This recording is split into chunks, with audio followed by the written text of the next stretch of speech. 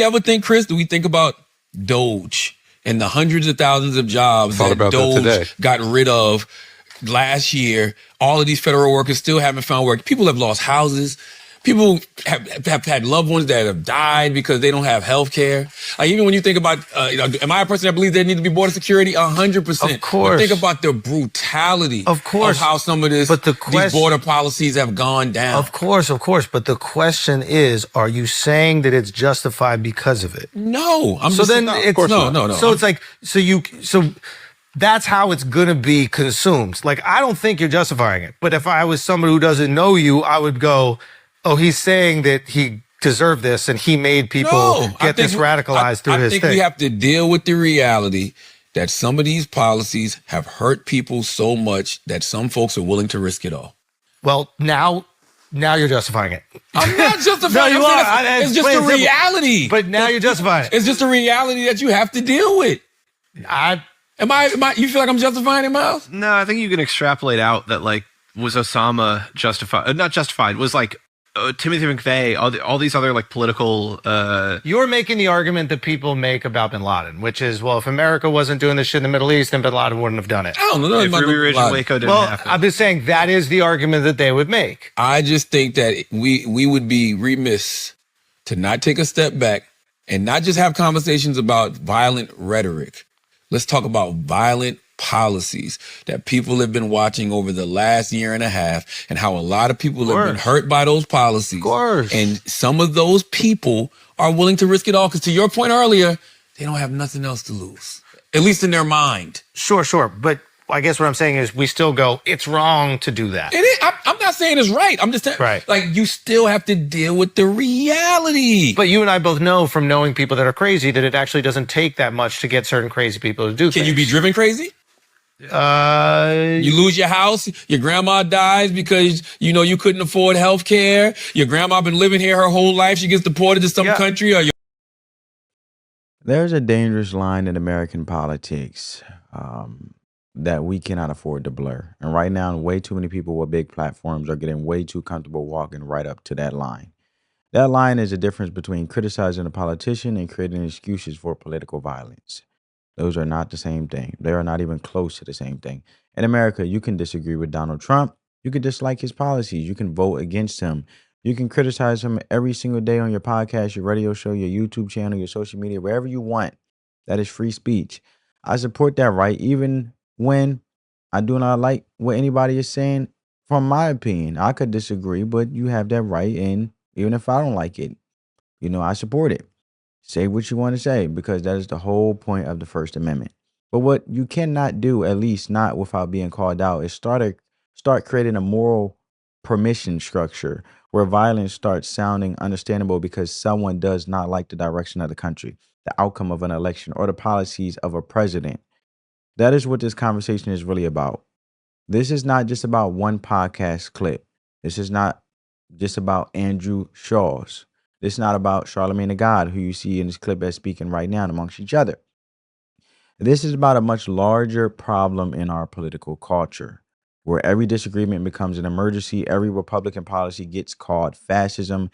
Every Trump decision gets compared to Nazi Germany, and every election is framed like the end of democracy. Then when unstable people hear that, as he said, that kind of language and take it seriously, especially if they idolize or look up to these individuals and these politicians, everybody wants to act shocked. But we cannot keep pretending that rhetoric does not matter. We cannot keep pretending that words do not create an environment. We cannot keep telling people that one man is a Hitler, that his supporters are dangerous, the democracy is ending, that people are being pushed to the edge, and then act confused when disturbed person thinks extreme action is justified. That is not how a responsible society talks. Now, in this clip from the Brilliant Idiots podcast, Andrew Schulz is sitting there with Charlamagne the God, his co-host, somebody he clearly knows well, somebody he probably cares about personally. Even he had to stop the conversation in real time, as you guys are seeing as we continue to watch the clip almost to the ending. And that is what makes the clip so important. Andrew is not some conservative commentator trying to score cheap political points. He is a comedian. He has criticized Trump. He had Trump on the show. He talks to people across the political spectrum, but even he recognized that the conversation was starting to go somewhere dangerous. Charlamagne is talking about people losing jobs, people losing healthcare, people losing homes, families being impacted by border enforcement, and people feeling like they have nothing left to lose. And Andrew basically saying, hold on. I do not think you are trying to justify it. That is how this is going to be consumed. That's what he said. You guys heard it. And then as the conversation continues, he says what needed to be said. Now you are justifying it. That is the whole issue here. Sometimes people do not come right out and say, I support violence. They know better than that. Instead, they say, I'm not justifying it. I'm just explaining reality. Look, I'll let you guys see it again. Hear it again. Rhetoric. Let's talk about violent policies that people have been watching over the last year and a half, and how a lot of people have been hurt by those policies. Of course. And some of those people are willing to risk it all because, to your point earlier, they don't have nothing else to lose, at least in their mind. Sure. But I guess what I'm saying is we still go, it's wrong to do that. It is. I'm not saying it's right. I'm just saying, like, you still have to deal with the reality. You see, family? I'm just explaining the reality. I'm not justifying it. But you and I both know from knowing people that are crazy that it actually doesn't take that much to get certain crazy people to do things. Can you be driven crazy? You lose your house, your grandma dies because, you couldn't afford health care. Your grandma been living here her whole life. She gets deported to some country, or your wife or somebody that you love gets deported back to a country you've never been to. Can you be driven crazy? I think you can be radicalized for sure. I think there's a lot of proof for that. Sure. But again, it's like, I'm not saying it's right. I'm just telling you, let's deal with the reality of it instead of just dismissing everything and saying, this is fake. There you have it, folks. So then he gives you this long list, Charlamagne the God, of why somebody might become radicalized. They talk about pain. They talk about hardship. They talk about policy. They talk about desperation. And by the end of the conversation, the listener is left thinking, well, maybe the violence is wrong, but maybe it is understandable. And that is dangerous. Because as you guys see towards the end, look. For that. Sure. But again, it's like, I'm not saying it's right. I'm just telling you, let's deal with the reality of it instead of just dismissing everything and saying, this is fake. Okay. So, and that is exactly how unstable people can start hearing political commentary as permission. Because they look at it and say, well, maybe the violence is wrong, but maybe it's understandable, like I said. Now, let me be very clear, because I do not want anybody twisting the argument. People are allowed to be angry. And people go through adversity. And the simple fact is, I think he's making a broad blanket statement because individuals that are being deported, 9 times out of 10 are because you didn't follow the law. Because if you followed the law and you were here legally, then you wouldn't be deported. Nobody would bother you, right? So there's a lot of blanket statements, but it also encourages the radicalization without sitting there and actually adding a context. And it also comes off more convincing. See, family, convincing is me wanting you to believe what I want you to believe so it benefits me. In this case, political commentary, which is in this rhetoric that I'm saying that's dangerous. People are allowed to be angry. People are allowed to say a policy hurt them. People are allowed to say they lost a job. People are allowed to say healthcare is too expensive. People are allowed to say immigration enforcement affected their family. People are allowed to say the government failed them. That is all part of free speech. That is all part of the American conversation. But none of that changes the moral line. You do not get to harm people because you lost an election. You do not get to threaten politicians because you dislike a policy. You do not get to excuse political violence because somebody feels desperate. The answer to bad policy in America is voting, organizing, debating, peaceful protests, legal challenges, and persuading your fellow citizens. Persuading is actually just helping those who want to go in that direction to vote that way. They already have in their mind how they want to vote. So you're just persuading them, as in saying, okay, you can do that, doing it the right way. But you're not convincing them to believe what you want them to believe so it benefits you because you want them to vote how you want them to vote. That's two different things. And that's where the radicalization side could come in. Radicalization. And that is the American way, right? Persuading fellow citizens to be able to peacefully protest, legal challenges, organizing, debating, voting, things like that. And that is why this clip matters so much. Andrew Schulz is basically showing us what responsible pushback looks like. He does not censor Charlamagne. He does not say Charlamagne has no right to speak. He does not call him for He does not call for him to be banned. He just challenges the logic. That is what free speech is supposed to look like. You say something, I respond. You make an argument, I test it. You blur a line, I point it out. And right now, more people need to be willing to point it out because this is not just one person's opinion. This is a pattern. We are seeing media figures, politicians, activists, and commentators constantly raise the temperature while pretending they are the reasonable ones. They say Trump is a dictator. They say this is Nazi Germany. They say democracy is dying. They say people are being pushed too far. Then when someone asks, are you justifying violence? They say, no, I'm just talking about reality. No. At some point, you have to be responsible for the full message you are sending. America is freer than it used to, freer than it ever is, and freer than it ever could be. Because if it was that bad as you're saying it, like Nazi Germany, you wouldn't even be able to have that free speech in which you are basically exercising your right to do so, is my whole point. So you cannot hide behind clever wording when the conclusion is obvious. So as you listen to that clip, and you pay attention to the language and pay attention to the way reality, quote unquote, is used as a shield, and you pay attention to Andrew Schultz's discomfort, the moment where he realizes that the conversation has moved from explanation into justification. And then you ask yourself one simple question. If somebody on the right said the same thing about a Democrat, would the media treat it as thoughtful conversation, or would they call it dangerous rhetoric immediately? So hit the like button, share the video, subscribe to the channel, right? And what you just heard is exactly kind of conversation that sounds calm on the surface, but when you really listen to it, the argument underneath is extremely dangerous. Charlamagne keeps saying he is not justifying anything. He keeps saying, I'm just talking about the reality. But if that's the actual reality, you won't have to worry about justifying or saying or putting out there that you had to justify anything, because you keep building the case for why people might be driven to extreme behavior. And then he brings up DOGE, the Department of Government Efficiency, which was to cut out fraud, waste, and abuse by Elon Musk, that was eventually headed by at one point in time early in Trump administration of this second term of Trump, and federal jobs. And then he brings up people losing homes. He brings up healthcare. He brings up deportation. He brings up border policy. He brings up people feeling like they have nothing left to lose. And again, I'm not going to sit here and pretend hardship is not real. It is real. Life is full of ups and downs and adversity. But the beauty of America is we can overcome it. That's how strong we are, because we have opportunity, the land of opportunity, with so many opportunity. We could pick our boots up by our bootstraps and use that as fuel to be better. And that's American strong. People do lose jobs. People do lose homes. People do struggle with healthcare. People lose homes. Look, for example, in California with the fires. Unfortunate situation. And I hope some people are getting the help they need. But government policy does affect real human beings. That is why elections matter. That is why policy matters. That is why leadership matters. But hardship is not a license for violence. Pain is not a permission slip. Disagreement is not a justification. And when Andrew Schulz say, now you are justifying, that was the key moment.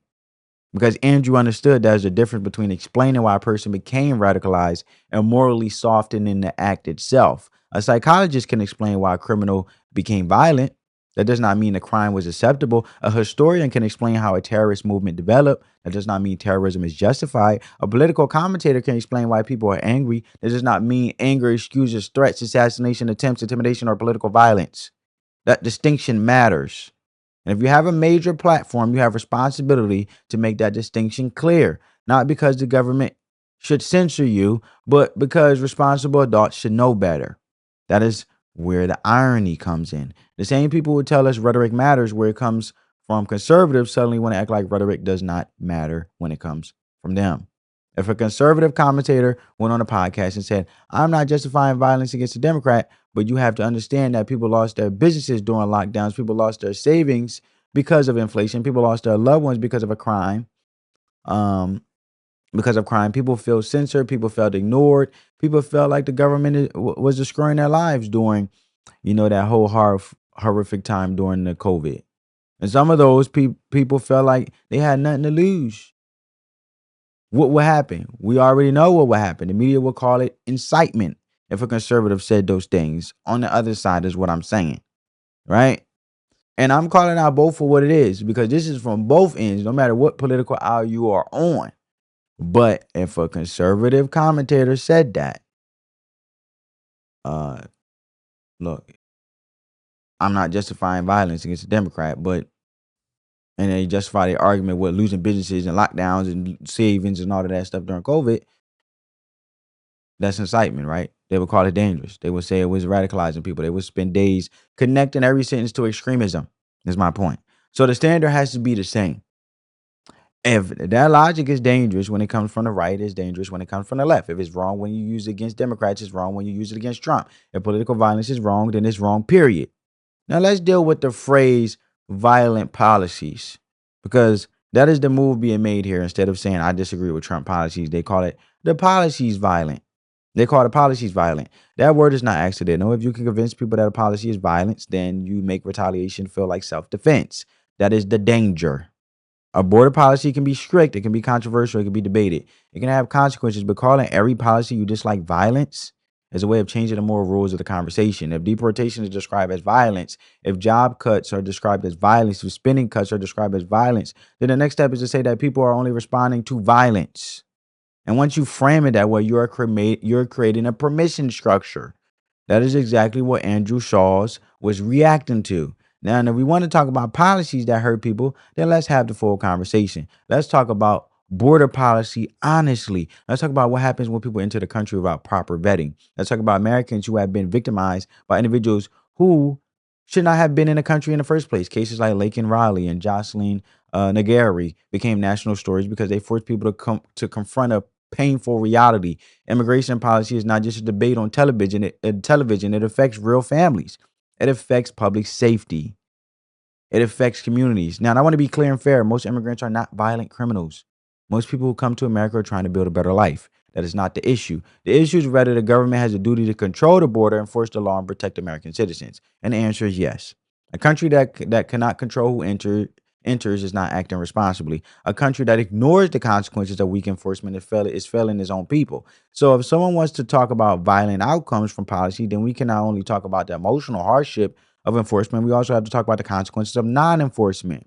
We have to talk about crime victims. We have to talk about fentanyl. We have to talk about trafficking. We have to talk about overwhelmed communities. We have to talk about schools, hospitals, shelters, taxpayers carrying the burden. That is the real conversation. But that conversation does not lead to violence. It leads to voting differently. It leads to demanding better leadership. It leads to saying this policy failed, so we are going to replace the people responsible. That is what happened when many voters looked at the direction of the country and chose a different path. They did not go to somebody's house because they disagree with them. They did not harm someone because they disliked their politics. They voted. That is the difference. And that's why when you look at it, I welcome the anti-Trump speech when it stays within the boundaries of peaceful politics. I really do. You could be anti-Trump. You could be anti-Republican. You could be anti-Democrat. You could be anti-Israel. You could be anti-whatever political position you want to be. That is free speech. And the speech that needs protection is not the speech everybody loves. I mean, the speech that needs protections, sorry, family, let me back up. And the speech that needs protection is not the speech everybody loves. The speech that needs protection is the speech that people hate. So I'm saying no matter if I disagree or not, your speech is protected and should be respected, even if I disagree with you, all across the board. But free speech does not mean nobody gets to criticize your argument. And free speech does not mean you get to imply that violence is understandable and then be shocked when people call you out. Free speech protects you from government punishment for your opinions. It does not protect your opinions from public criticism. That is the point Andrew Schulz was making without turning it into a legal lecture. He was saying in plain English, you may not mean it this way, but this is how it sounds. And he was right. Now, let's talk about the jobs argument, because Charlamagne brings up people losing work and losing homes, and that is supposed to be part of the justification for why people feel radicalized. But again, if we're going to talk about job losses, let's be honest. Government policy affects jobs in a lot of ways. Regulation affects jobs. Inflation affects jobs. Every policy affects jobs. Trade policy affects jobs. Antitrust decision affects jobs. Recently, with the corporate merger decisions affect jobs. For example, the recent JetBlue and Spirit Airlines merger that was blocked. Now Spirit Airlines is no longer here as an affordable option for working class everyday Americans that need an affordable ticket to travel across the country and go see their families and have a good time. Supporters argued that blocking the merger protected competition and consumers, and critics argued that blocking it hurt a struggling airline and put thousands of workers at risk. There were people who believed that the merger might have helped stabilize Spirit, protect jobs, and while opponents said it will reduce competition and raise prices, That is a real policy debate. But notice how complicated that is. It does not fit into a simple Trump caused every problem narrative. And that is the problem with the way that is the problem with the way so many media conversations happen. They do not want complexity. They want a villain. They want one person to blame for every hardship in America. If people lose jobs, blame Trump. If people are angry, blame Trump. If someone becomes radicalized, blame Trump. But the real world is not that simple. Americans were struggling before Trump. They struggled under Biden. They struggled under Obama. They struggled under Bush. They struggled because of long-term economic problems, debt, inflation, outsourcing, bad policy, broken institutions, and a political class that often protects itself before it protects ordinary people. Presidents matter, absolutely. Their decisions matter, their policies matter, their appointments matter. But not every problem in America begins and ends with one man or one president. And when you convince people that one man is a source of all evil, then you make it easier for unstable people to think removing that man solves everything. And that's why the rhetoric is so dangerous. And this is where Democrats and media figures are hurting themselves politically. They think this kind of language makes them sound morally serious, but for a lot of normal Americans, it sounds unhinged. That's the overall sentiment of what individuals are saying on social media. It sounds like they cannot lose an argument without declaring the other side is evil. It sounds like they cannot lose an election without saying democracy is dead. That is the Democrat-led rhetoric that happens to be spewed or said in Democrat-led cities and Democrat-led policies, motivation driven behind the Democrat-led policies and most Democrat-led states or, run places. So it sounds like they cannot disagree with a policy without comparing it to the worst regimes in human history. And people are tired of it. People want leaders and commentators who can argue strongly without acting like every disagreement is a national emergency. That does not mean we cannot call out bad policies. We should. It does not mean we cannot be passionate. We should be. But there has to be a moral line that everyone respects. You criticize, you debate, you vote, you protest peacefully, you challenge laws in court, you organize, you persuade, you do not justify violence. You do not flirt with it. You do not dress it up as reality. And you definitely do not compare your political opponent to terrorists and dictators and they're pretending. You have no idea why people are getting radicalized, no matter what side of the political aisle you're on. That is the issue. That is the double standard. And that's why Andrew Schulz was right to stop the conversation. Now, let's connect this to the bigger pattern because this kind of rhetoric does not appear out of nowhere. It comes from years of escalation. It comes from years of telling people that Trump is not just wrong, but evil. And it comes from years of saying conservative voters are dangerous, border security is cruelty, and support for the Second Amendment is extremism, and any challenge to progressive policy is authoritarianism. Then we get to the next clip when a Michigan Democrat running for Senate goes on CNN and is asked whether she personally sees parallels between Nazi Germany and what is happening under the Trump administration. And she says, yes. Just to follow up on that question, do you personally see parallels between Nazi Germany and what's happening under the Trump administration? Yeah, I do. It is deeply concerning that we see an authoritarian slide. And as we talked about earlier, dividing people against each other to convince people that if you're not doing well economically, it's somebody else's fault is an incredibly dangerous place for us to be in. I don't think that a lot of people would argue that there are shades of authoritarianism here that we need to be deeply concerned about. Well, there you have it, family. But think about how serious that statement is. This is not some random person yelling on the internet. This is a Democratic political figure on national television saying she sees parallels between America under Trump and Nazi Germany. And from what we saw in that clip, there was not much meaningful pushback. That matters. Nazi Germany is not just a dramatic insult you throw around because you dislike someone. It represents dictatorship, genocide, secret police, propaganda, total state control, mass persecution, and one of the darkest chapters in human history. So if someone is going to make that comparison, they better bring more than emotion. They better bring serious historical evidence, serious context, and serious humility. Because when you casually compare your political opponent to Nazi Germany, you're not just criticizing the policy, you're telling people that you are facing an existential evil. And if people believe they are facing an existential evil, some of them will start thinking extreme responses are justified. That is why this language is so reckless. Now, to be fair, people who use these comparisons will say they are warning about authoritarianism. They will say history teaches us to recognize warning signs early. And I agree with the general principle that citizens should always be watchful of government power. Conservatives have been saying that forever. That's why they believe in limited government, right? Right? Conservatives would say, this is why we believe in limited government. And Democrats will say, well, this is why we need to take caution so we move in the right direction. But and also believe in checks and balances, right? From a conservative standpoint, they would say. And that's when the Democrats would say, oh, well, the affordability. So I'm saying all this. This is why we believe in the First Amendment, the Second Amendment, due process, religious liberty, federalism, separation of powers, and the right of the people to hold government accountable.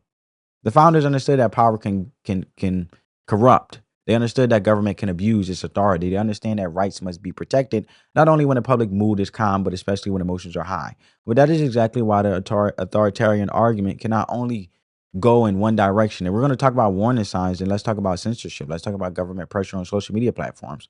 I mean, Mark Zuckerberg has said the truth about that under the Biden administration when they actually were censoring individuals, right? So let's talk about people being labeled threats because they question narratives and just wanted to promote critical thinking or productive conversations, rather agree or disagree. Let's talk about efforts to restrict lawful gun ownership, like in Virginia, but the public officials can have gun ownership but take it away from the citizens. Let's talk about political leaders who treat constitutional limits like obstacles instead of guardrails. Let's talk about media environments where one side gets protected and the other side gets demonized. If authoritarianism is the concern, then we need to be consistent. All right. But we have a separation of powers for a reason. We have a constitution for a reason. So is it really authoritarianism? I mean, the founding fathers, if that's the case, we got to go back in history, right? Were they dictators? They put these things in place for a reason. I mean, we have executive, legislative. I mean, we have judicial branch, executive branch, legislative branch. I'm confused. So we can not only see government overreach when our political opponents are in power. We have to see it everywhere. And this is where people from countries like Cuba, Venezuela, Iran, and other places where real authoritarian systems often look at American political rhetoric and wonder if some of our policies or some of our political class has completely lost perspective. People who lived, and it brings it to another question, family. Let me know what you guys think in the comments. Is it disrespectful to those who actually endured that and actually run into America to embrace the freedoms, and it's just the freedom of rhetoric of saying something that was actually not even lived in America, but those who actually lived it trying to come here to America is looking at us like we're crazy, no matter what political aisle you on? And is it disrespectful to people who have lived it and under actual authoritarian rule? Because they know the difference between a policy debate and a dictatorship. They know what it means when a state controls speech, punishes dissent, restrict rights, and makes citizens afraid to speak. That does not mean America has no problems. America has plenty of problems. But comparing every political dispute to Nazi Germany cheapens history and insults people who lived through the real tyranny and makes our debates less serious. And here's the other thing. If Democrats are going to keep using that comparison, if they want to use it, they should not be shocked when people turn the framework back on them. If the standard is government control, censorship, media coordination, hostility toward gun rights, centralized authority, and treating the state like the solution to every problem, then a lot of individuals are going to say, hold on, let's apply the same standards honestly. And I'm not saying every Democrat, they could say, hey, this is what a conservative could say. I'm just saying, for example, they could say, hey, every Democrat is a Nazi. That would be wrong and reckless.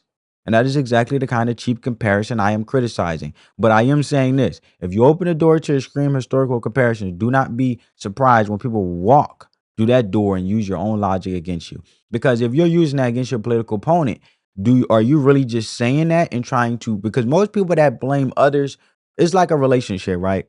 A guy may accuse their woman of cheating, but they're the one actually doing the cheating. So is the Democrats the ones that's actually saying that Republicans are actually Nazi Germany and a dictatorship and all that because they actually want to become it? Let me know what you guys think.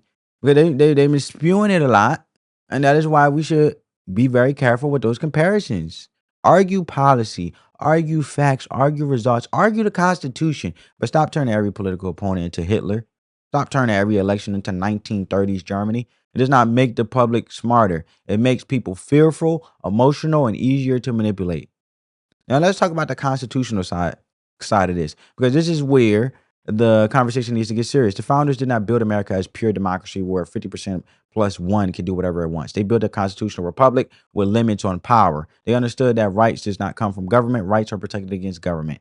That is a major difference. The First Amendment does not give you free speech because the government is generous. It recognizes that you already have the right to speak, and it prevents the government from violating that right. The Second Amendment does not exist because the founders were confused or only care about hunting. They exist because they understood self-defense, personal liberty, and the danger of government having all the force while the people have none. That would mean dictatorship, right? That does not mean anyone should be reckless. That does not mean political violence is acceptable. It means a free people must not be completely dependent on the state for their security and liberty, right? When it comes to, gun ownership and stuff. The Supreme Court has affirmed the individual right protected by the Second Amendment in District Columbia v. Heller. The court recognized that the Second Amendment protects individual rights to possess firearms for lawful purposes, self-defense, right? So, rights do not disappear because media figures decide the public cannot be trusted. Rights do not disappear because one party thinks it has a better plan. That is the whole point of having rights. And when people bring up Nazi Germany, they also need to handle the gun control history and with honesty. The history is more complicated than slogans, but the lesson is still important. Authoritarian governments often decide who gets rights and who does not. They favor approved groups and target disfavored groups. They make rights conditional. They turn citizenship into a political status controlled by the state. That is the warning. Rights cannot depend on popularity. Rights cannot depend on whether the media likes you. And rights cannot depend on whether your party is in power. Free speech has to protect people you disagree with. The Second Amendment has to protect lawful citizens even when politicians do not like it. Due process has to protect people even when the public is angry. That is the difference between a constitutional republic and mob rule. All right, now this brings us to Pete Buttigieg and the Electoral College. Okay, I want you guys to check this out. But one thing that would make a huge difference is if we selected our president by letting the person who got the most votes actually take the office instead of the National Electoral College.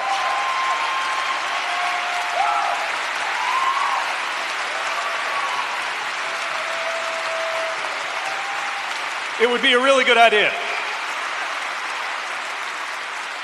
Because then any Democrat wanting to be president would have to campaign in Oklahoma. By the way, any Republican would have to campaign in Brooklyn. That would be good for our democracy. All right. This is another example of people changing the rules depending on the outcome. Pete says we should choose the president by letting the person with the most votes take office instead of using the Electoral College. He frames it like it would be better for democracy because Democrats will have to campaign in places like Oklahoma and Republicans will have to campaign in places like Brooklyn. Now, people can debate the Electoral College. That is fine. Critics say it gives too much influence to swing states. Supporters say it protects the roles of states, prevents a few major population centers from dominating the entire country, and forces candidates to build broader coalitions across different regions, right? More reach. That is a legitimate debate, but here's the problem. This argument sounds like it's still stuck in 2016. Back then, Democrats focused heavily on the fact that Hillary Clinton won the national popular vote while Trump won the Electoral College. But in 2024, Trump won both. He won the Electoral College and he also won the popular vote by roughly 77 million to about 75 million. So even under the standard Democrats spent years claiming was more legitimate, Trump still became the president. He's our president, right? You respect the law of the land and the most powerful position on the law of the land, which is the president, whether you like him or not. That is why it is strange to see people still cheering this argument like it automatically helps them. How about we stop making things about one side and what favors a party and actually just focus on the people and take party away from over people? Remove party over people and put people over party. How about we restore things so we actually speak to the people, actually deliver results? But check the scoreboard. If your argument is the person with the most votes should win, then under the numbers being discussed here, as you guys see on the screen, Trump still wins. It does not mean nobody can support changing the Electoral College. There is a constitutional amendment process if people want to try to change it, but do not act like the current system is illegitimate only when Republicans win. Do not treat the popular vote as sacred only when Democrats win. That is not principle. That is outcome-based politics. And regular Americans notice that. They notice when the standard changes. They notice when the media says courts must be respected until the court protects gun rights or limits federal power. They notice when the popular vote matters until Trump wins it. They notice when election rules are sacred until they produce the wrong outcome. And they notice when free speech matters until a conservative uses it effectively. Because that's how conservatives feel. They feel as though they are the ones not really spewing the political rhetoric at all. You don't see no assassination attempts coming from one side of the political aisle, but it should be no assassination attempts no matter what political aisle you're on. I'm being objective all across the board, and that is why trust in institutions keep falling. People feel like the rules are not being defended honestly. They feel like the rules are being manipulated based on who benefits. Now, let's connect all of this to the sound money conversation, because this is where I think we can add real value instead of just reacting emotionally. A lot of people really are stressed. A lot of people really are struggling. But the deeper causes are not always as simple as Trump did it or Biden did it. Presidents matter, yes.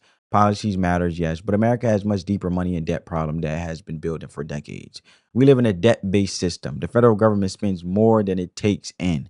Both parties have contributed to the deficits. Both parties have added to the debt.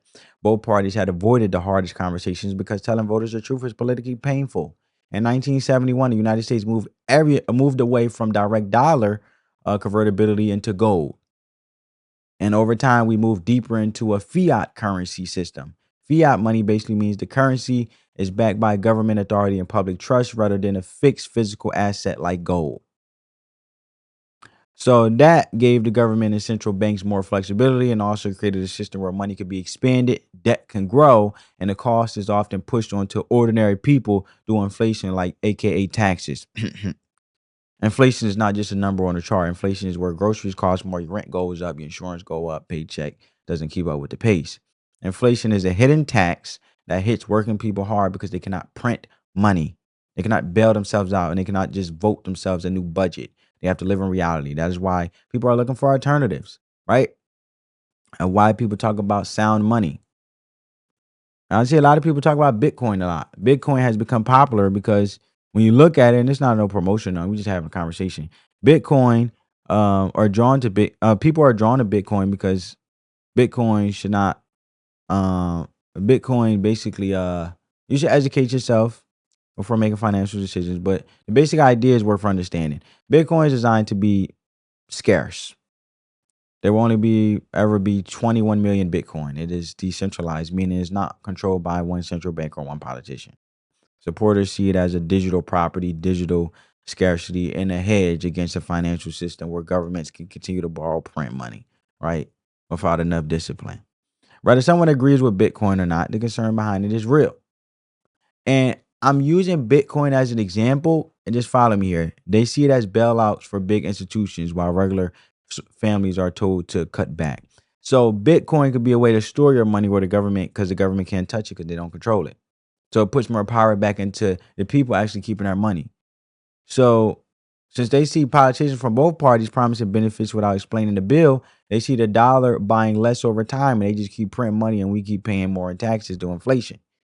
But here's the key point. The frustration should lead to education, better policy, personal responsibility, financial discipline, and constitutional limits on power. It should not lead to radicalization. It should not lead to excuses for violence. And it should not lead to saying one politician is responsible for every problem in your life. The better conversation is not Trump made people crazy. The better conversation is why Americans are so financially stressed. Why is the government so addicted to debt? Why does our money buy less over time? And why does both parties keep spending? And why does voters keep rewarding politicians who promise easy answers? Those are adult questions. They are productive conversations. And those are the conversations that actually teach people something. So here's the bottom line. America can survive with disagreement. And with the whole sound money with Bitcoin, I use Bitcoin as a way to say, how about we get it to where we actually have it where instead of taxing regular everyday Americans to death in the name of inflation because they want to keep printing money and throwing money at the wall, how about we actually see how to make sure Americans keep more of their money?